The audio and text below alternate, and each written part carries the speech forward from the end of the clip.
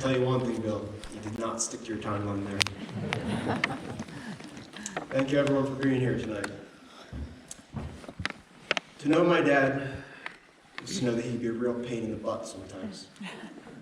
But it was also to love and adore him. He had a way of making an uncomfortable situation comfortable, a way of making everyone his best friend.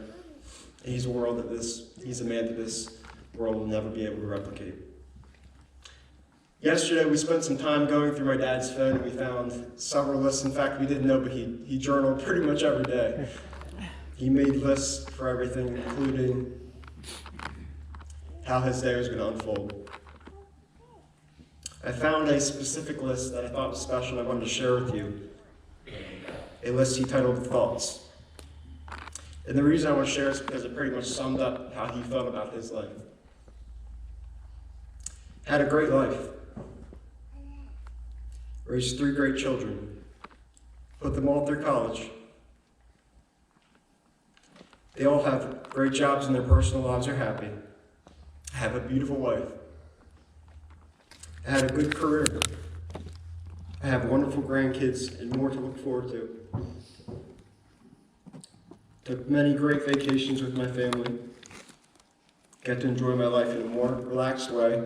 We deserve that. I have a great dog. I don't know if everyone here knows Moose, but he's not the definition of a great dog. He's a pretty bad one. And in fact, just in my dad's honor, he had jumped up and someone brought us bagels yesterday, and he decided to eat them all for himself. He's like a great white shark, I swear. And the last thing was, I get to watch my kids do the same thing from the sidelines. My dad cared more about his family's well-being than his own, something that was abundantly clear to everyone. My dad was my best friend. He was everyone's best friend. I mean, who else would have a couple from England fly all the way here just for his funeral? Darren, who's one of the people here from England, he told me he'd only known my father for 3 years, but it felt like a lifetime. And that describes my dad perfectly. You could know him for one night and you'll think he's your best friend. My dad loved his Mitten and Winters family, including the staff, the clients, more than anything in this world. He was so proud of you guys. He used to brag about you every day, and he would tell all the clients that they're the reason he was successful. He surrounded himself with smart people, and that's the only reason he is where he is today. He never took credit for anything. If you knew my dad, you would know that, hoo-ah! That's how he told you that he did something good in the office. Followed with a, give me a high five! He always had a way of making people laugh. My dad loved his soccer days, and in particular the years that we had spent with Chad Reed as our coach. Chad was a second dad to me, and a father looked at him like a son. I would share some of the many great stories with you guys, but most of them are pretty inappropriate, so I'm just going to keep those hidden away. His main crew was Billy Thatcher, Steve Pedrick, and Steve Norman. They all remained close friends till this day. My dad never, and I mean never, missed a soccer game or a practice for any of his kids' events.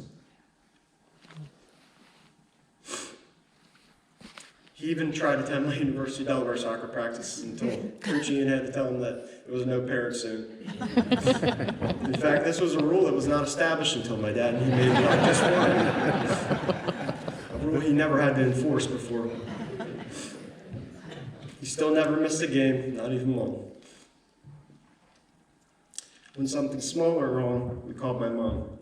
When something really went wrong, we always called my dad. He always had the answers, and this included my first heartbreak during my college final exams.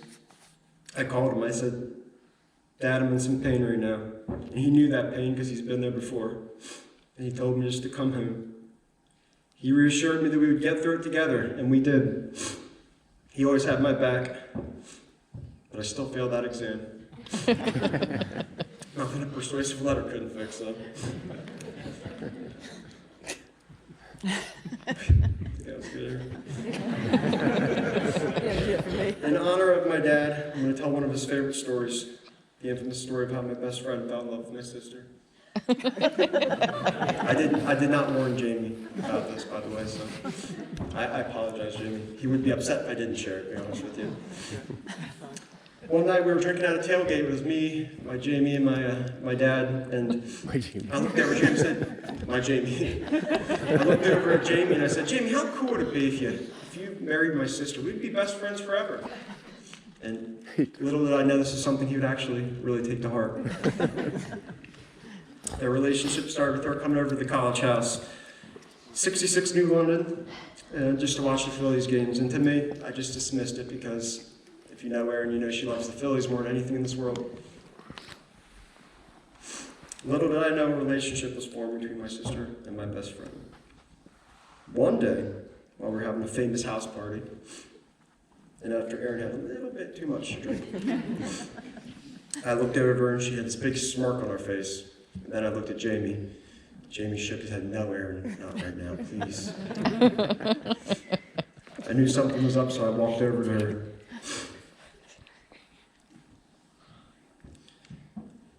She proceeded to tell me, Kevin, Jamie and I like each other. I quickly turned and looked at Jamie, and he looked like he had seen a ghost. So I immediately stormed outside, and Jamie followed. And he pleaded with me, Kevin, please, let's talk. And I said, no, not right now. I need to call my dad. This is a true story. I sat on the hood of my car, and Jamie sat next to me. And I said, Dad, we have a big problem. Jamie likes Erin. He says, what's the problem with that? I said, Dad, he's my wingman. I said, who's gonna have my back? Jamie promised me, he reassured me he would still be there for me. That was a complete lie. But little did I know, my dad was right. Became one of the greatest things that happened to our family. My best friend became my brother. They now have two amazing kids whom they're great parents to. Jamie and my dad loved you. Mom, Dad has a love for you that was special. We've all heard the story 1,000 times. I'm sure you guys have heard it before. Kids, you will know 100% without a doubt when you meet the person you're meant to spend the rest of your life with. The moment I met your mother, I instantly knew she was the one. But let me tell you, he was right. The same love happened with me and Terry, who became my wife. We fell in love quickly, and I knew within days that she was the one. He loved talking about my mother. He absolutely adored her. Mom, I love you. We'll always be there for you. Erin, I still look up to you to this day. And a lot of you don't know this, but Erin was the only one of the kids that could stand up to my dad. Why? Because he created her. It always made me and my mom laugh when he'd frantically come over to us, angry. How could she be so stubborn sometimes? Where did she get this from? My mom would look at him every single time and says, because she's your daughter, David. He was so proud of you to watch you grow into the amazing woman that you became. You frequently talk about how you were the greatest mother to your boys. Erin always knew her path, and he was proud of you for that, and he loved you more than you'll ever know. Eric, you helped Dad raise us. He loved you with all his heart and was proud of everything that you accomplished. He loved watching you and Kristen raise your boys. Erin and Eric, we've lost our dad, but we'll get through this together. Dad has been preparing us for this moment, whether we know it or not, since we were kids. And now it's our turn to pass on some of those life lessons to our kids.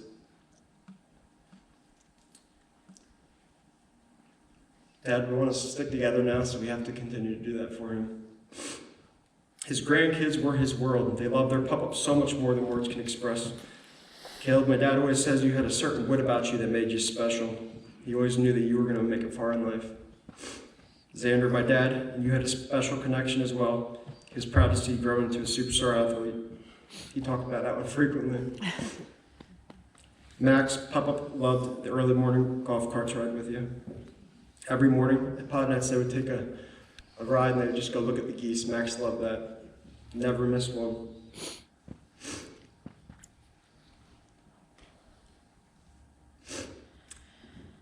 Yes, Ben, he always said that you were the world's calmest baby, something that he clearly did not get from David.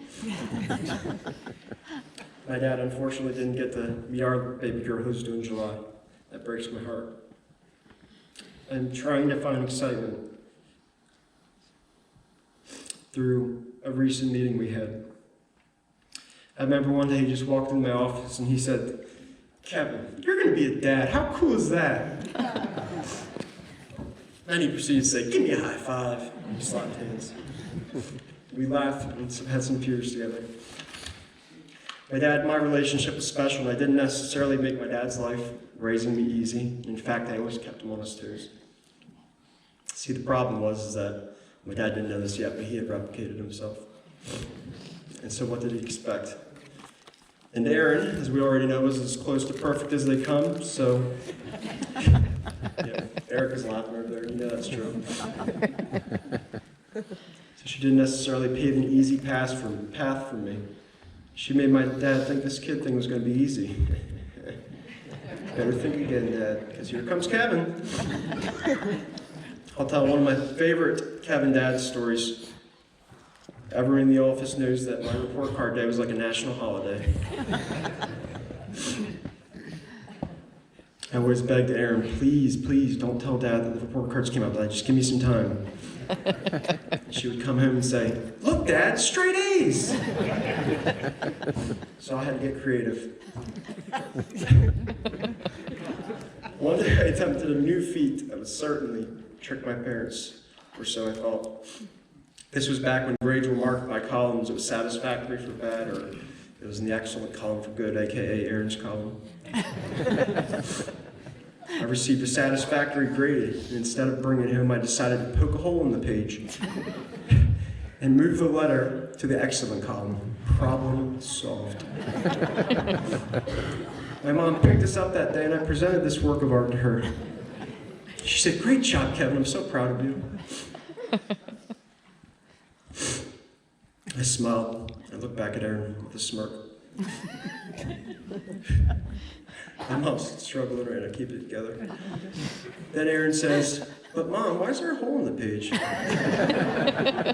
My smile turned to a frown as I glared at her. My mom asked me, "What happened, Kevin?" So I told her, "Well, Mom, the sink had water on it today, and I accidentally placed my report card on it while I was putting it on my backpack. That's why there's a hole in it." After further investigation, she realized it was a fabricated story that instead changed my grade. I was caught red-handed, with a little help from Aaron. My mom told me to go wait upstairs in my room for my father to get home. My heart immediately sank. That was like a death sentence. So I waited and paced the room until he finally arrived home. I heard him go to my mom, get the story, and then immediately walk up to my room. As his footsteps got closer, my heart continued to sink.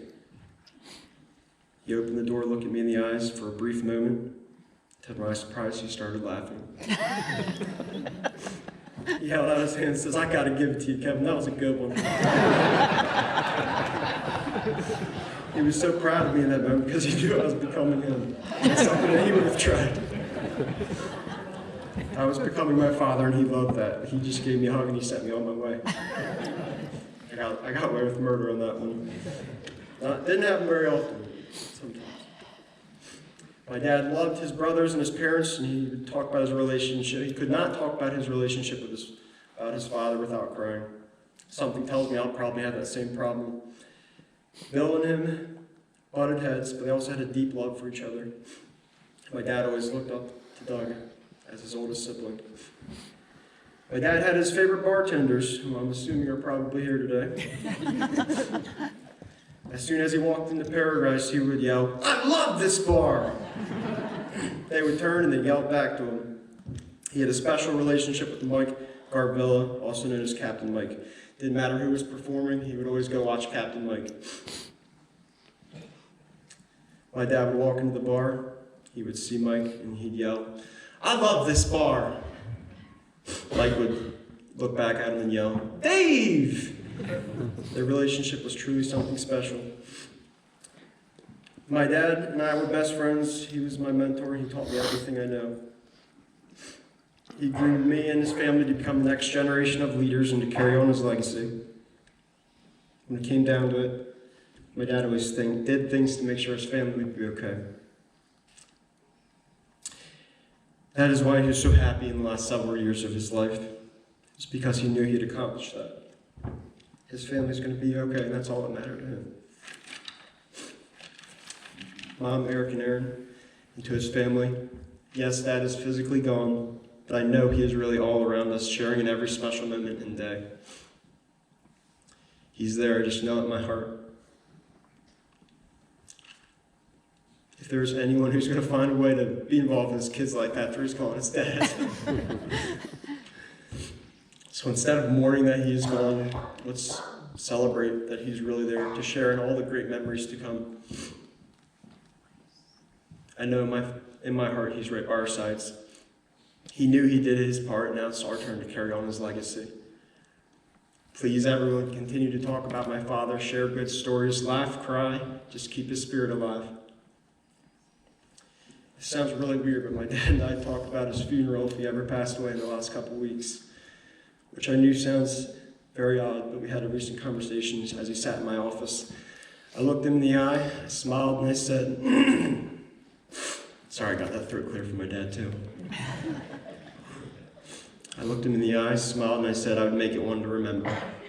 He did his usual Dave Mitten laugh, which brought tears to his eyes, and he said, I would love that. Dad, since I know you're sitting up there looking down on us right now, we decided to bring paradise to you. My mom liked that one for some reason. So, just shortly, we're going to have one of his best friends here to perform one of his favorite songs, Mike Carvalho. Dad, I love you, man. We've got it from here.